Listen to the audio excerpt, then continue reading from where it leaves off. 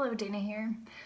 Over the past 3 years, I have started asking a little bit of a different question when I come to scripture, when I come to reading prayers or poetry that allows me to, or even in conversation with people about things to do with God or our internal lives or spirituality. And that question, there's two questions, and they are this. What am I attracted to? So what am I drawn into? And what do I have an aversion to? So what do I want to oppose or push away?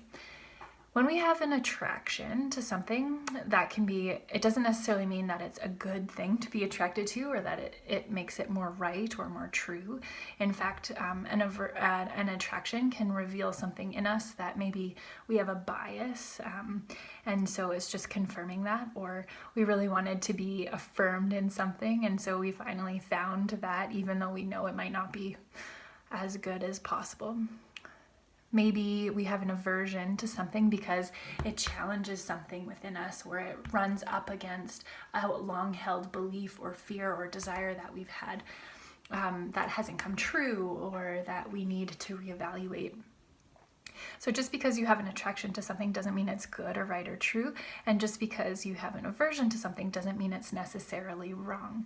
But what these things do is that they reveal in us an invitation to God, or from God, to look within and to find out what it is that God is maybe unearthing in us or challenging us with or bringing us into. So we ask this question: what do we have an aversion to, and what are we attracted to, and then why?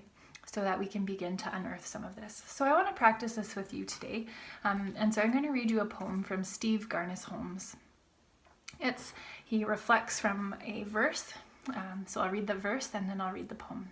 What are you attracted to, and what do you have an aversion to? The verse is from John 10:27. My sheep hear my voice. I know them and they follow me. Follow the voice that knows you. Ignore the voices of expectation that try to fit you to their liking. The beloved doesn't demand, but accompanies, shares your burden, leads you to green pastures, restores your soul. The beloved walks with you, even through darkest valleys, toward richer love and deeper life. Ignore the voices of despair or fear, voices of blame or bitterness that can only defend you by hurting others. Follow the voice that draws you more clearly to who you are created to be, the voice that is life-giving. Follow the voice that offers love, joy, peace, patience, kindness, generosity, faithfulness, gentleness, and self-control. Stop and listen. Be still and silent. Listen in long stillness. Wait with all the voices for the one who stays with you. Sit with it, and then follow.